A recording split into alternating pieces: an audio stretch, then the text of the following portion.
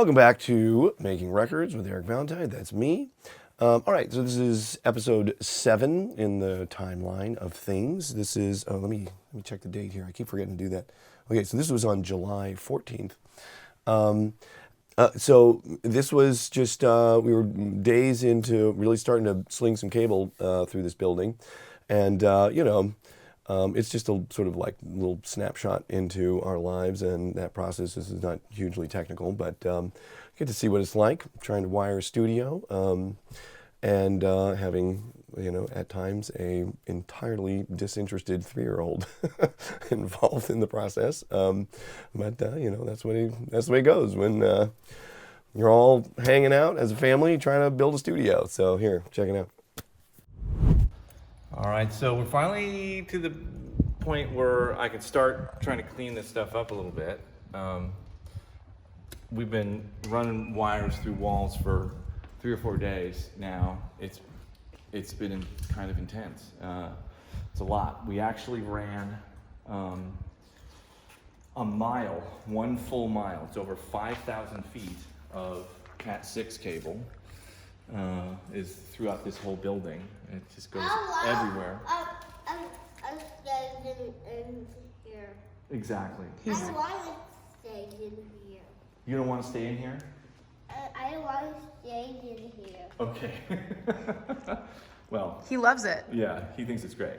I think it's great too. I don't want to stay in here. Okay. You want to go ride your bike? I want to stay outside. Yeah, outside. It's pretty beautiful. It's a pretty nice day. All right, Sagan, I'll tell you what. I'll take you outside, but Daddy's gonna keep going here and talk a little bit more about the process. So I'm gonna cut, and then we're gonna start, and I'm gonna put it on this ladder. Okay, yeah. Or I can just hold it too. All right. What do we? Can you explain to a 3.5-year-old what you're doing here? Okay, this is what we're doing. This is what we're doing, Sagan. We're connecting wires from all these different places in the room, all the way back to one place that we call the control room. It's the place where everything gets connected. And the stage is going to be up there? That's where people are going to watch the stage. And the stage is going to be right here. You're on the stage right now. No. Should you sing a song? Who should go up there? Somebody that just to us by ourselves. Oh, just the 2 of us by ourselves should go up there? Okay, that'll be our special spot to watch shows from, okay? The Daddy Sagan Crow's Nest? Yeah. Fair enough. I like that idea. We'll have a velvet rope right in front of the stairs. Only Daddy and Sagan allowed. Only the 2 of us go up there. You like that, Sagan? Mm-hmm. Great. Oh, Action. right. Eric Valentine. Yes. Okay, so we're still wiring. It's a lot of wiring. And you can see it's a lot of wire. Right now I'm doing speaker cable run out to one of the isolation booths. I like to do this thing where I can keep a guitar or bass head in the control room and have a speaker tie line in the control room that will go out into any one of the sound rooms.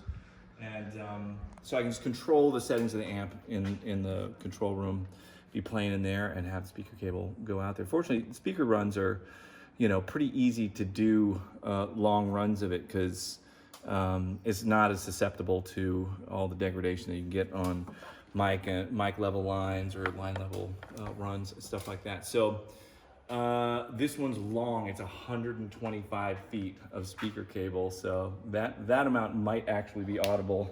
We'll see when we get there, but this is gonna make it. So I can have an amp in the control room and a speaker cabinet all the way in the ISO booth, all the way out there in the other side of the building. And How many feet? 125 feet, baby. Wow. That's what'll get you there. All right, here we go. So this is basically what the belly of the beast is. Yeah, and you see, like, since all this is being done from scratch, I get to run all the wire in the walls, so you won't see any of this. None of it's visible. Of course, if something goes wrong with any of it, then you're really in trouble. But yeah, it should be good. We'll test it all before we button it up, and we're gonna have invisible wiring for the next how many years, you know. Should we get? Until your hearing fails. Yeah. And some maestro takes over for you. Yeah. Until everything goes Wi-Fi.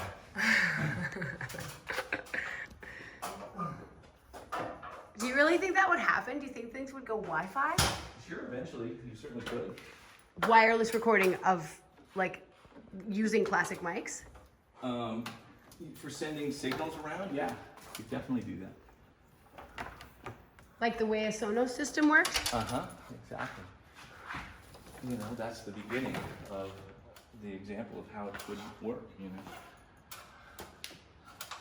So basically, this is like Star Trek, and you're Gene Roddenberry. Yeah, or, yeah, this is the Enterprise and I'm Scotty.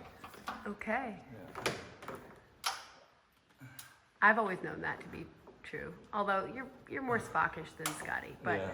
We're running as much cable as we can, Captain.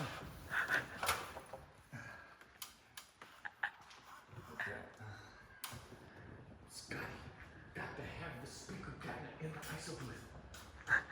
It'll take 125 feet of cable, Captain. That's pretty much what's happening. I'm pretty sure you just broke the internet, Okay, great. or at least for your fans. Yeah. All right. Well, you get to experience my dreadful Scotty invitation there, and also reveal, that I am truly a Trekkie nerd.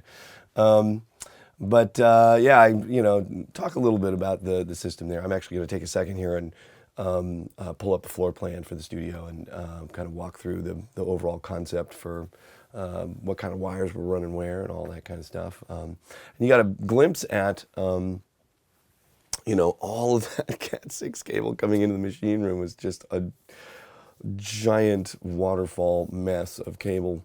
And then there's going to be some stuff later on where you see this amazing wiring guru who just beautifully transforms that whole thing. So that we all have that to look forward to. But yeah, I thought this would be a good time for me to just kind of talk through the whole wiring thing. So here is the floor plan for the studio. Everything is still pretty much the same as this. I don't think there's any substantial alterations since this version. Yeah, and this all looks pretty much the same. So just so you get the lay of the land, here's the first floor. Here's the big room. Right at the end there, when I was talking like Scotty, I was actually right in this, where this door would go. I was running cable right through there. And that big, super long run I was talking about actually would have to go to all the way to this side of the control room because I'm going to have a little rack mount panel that I designed through Redco that's going to be mounted in a 19-inch rack over there, runs over the ceiling, and then meets up with a bunch of other cables that end up running out into the big room in this machine room. This is the machine room here, and then goes here and comes up, has to go over this doorway, goes along, goes over this doorway, and then comes all the way over this doorway, and then drops down to a panel in here that goes into the booth. I think that was the reference in there, specifically going to this booth. That's a long run. And I think I talk about it in there, but fortunately, speaker cable is less susceptible to degradation over long runs. It's just a very low impedance, and as long as you got a healthy gauge cable, nice thick cable, it shouldn't be a big problem. And so that happens all over the place. So there's actually one that goes to a panel right here. So in the big room, a speaker cable that goes there, and I'll just go over where all the actual tie line panels are. So there's one in this booth, right there. There's one in this booth right here. There's one in the big room right here. There's another one in the big room right here. So these panels each have 16 channels of like Mogami, mic lines in them, and then also have additional Cat 6 cable mic lines. I'm doing that thing as just extra add-ons in case, for some reason I need more mic tie lines. There's also a network line. There's also a place to plug in a camera, and so my vision is to have these sort of like rolling, visual interface units where there's a camera mounted on top of a screen that's just like on a little rolling, rig. And so if you have a musician, placed somewhere in the room, you can put this thing in front of them if needed. So I have a camera on their face and I can see them all the way back in the control room. And they'll have a screen in front of them so they can see me, and it's easy for us to communicate. And so there's Cat6 cables on all of these, panels, I/O panels that will allow that to get hooked up. So then in this area, the mezzanine level has tie lines up here. I ended up not doing actual Mogami ties up there. This is, up here is going to be all Cat6 style mic lines, enough for, I believe, at least 8 channels up there. I don't envision, putting a huge amount of stuff up there. Maybe a drum kit, might be cool. Put an amp up there, I don't know, maybe put the horn players up there, who knows. So then there's actually, a small little tie line panel for this hallway, again, a Cat6 type thing. And so that would give me 4 mic tie lines for this area. This hallway I think will be cool. I did that at Barefoot a fair amount. I didn't have tie lines set up for it, which was kind of a drag because I didn't have having to like tape them down under doorways and stuff. Not great for the cables. And so so now I'll have an actual tie line in there. Sometimes these open hallways make a great chamber and can be used in a lot of ways.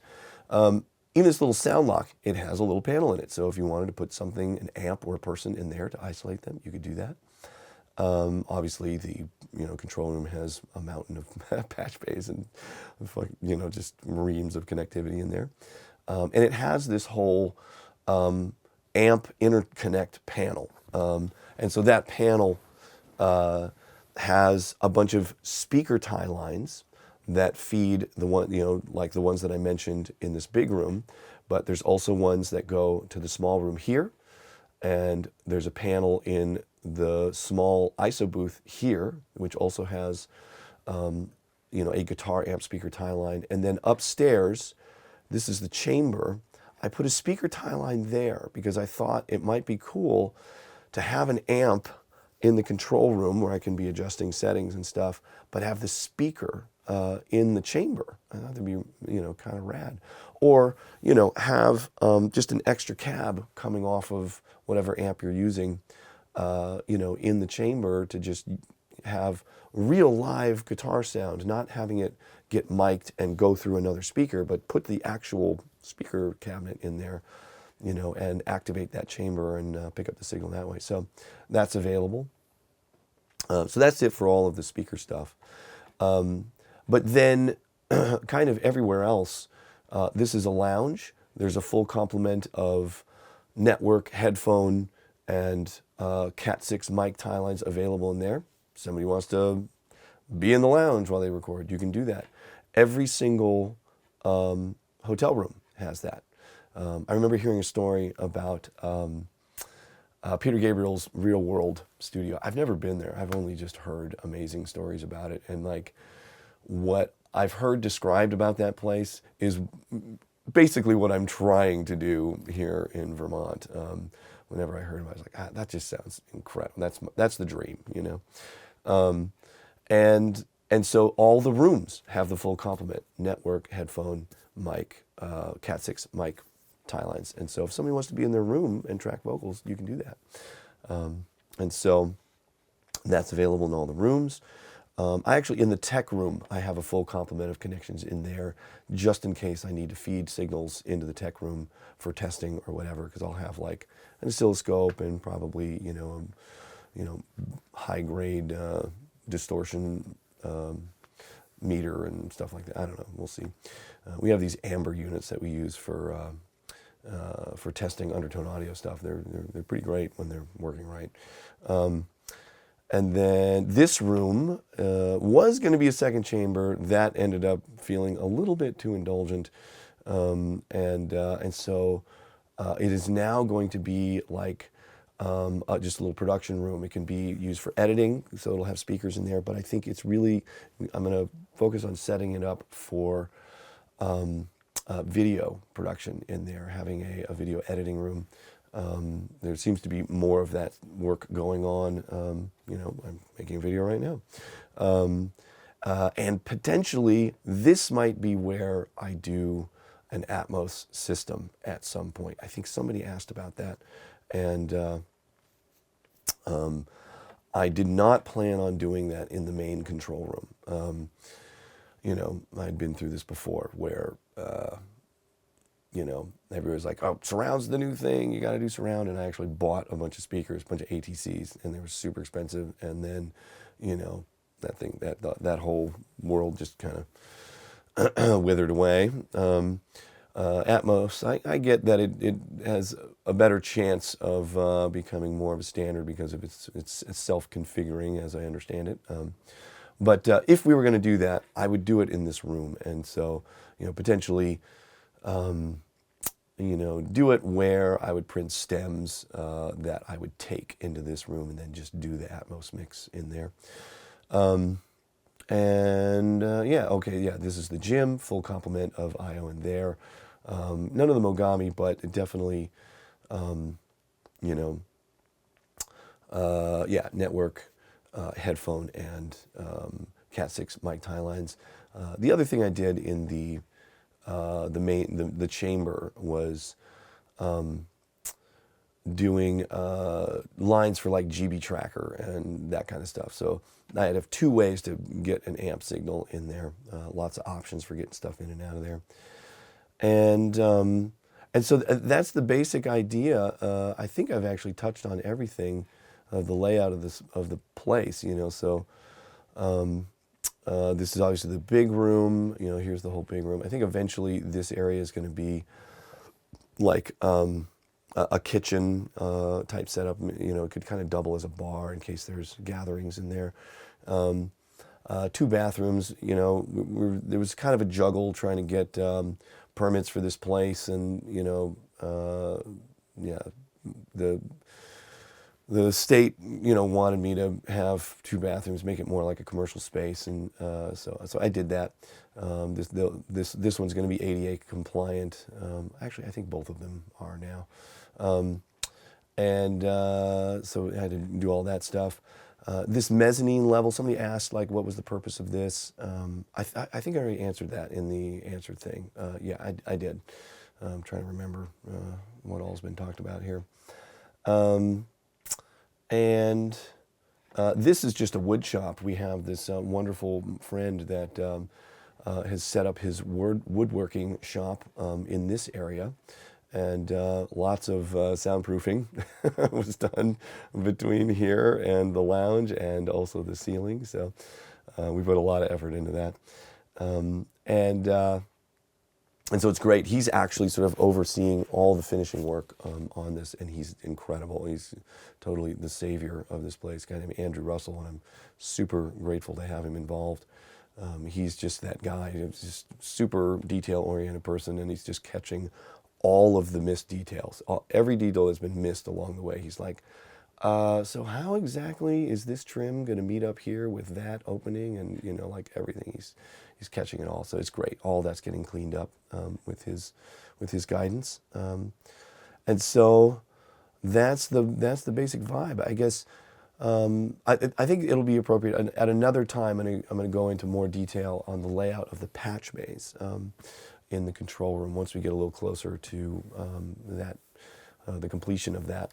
I've had it all laid out for quite a long time, and the wiring has been done for a long time. But it's an interesting setup. I can't remember if I talked about this, but basically, the normalization of the patch bay is what creates my channel strips. So we'll have a chance. If I haven't done it already, or even if I have done it already, I'm going to do it again. But there you go. So there's the layout, the general concept with the wiring, and I hope that was interesting, useful, something. And I will see you on the next one. The next one is going to be a moment where I was in the final stages of the design and development of the GB tracker. It was just a thing that happened along the way, and I captured some of those moments, so thought I'd share them. All right, cool. See you later.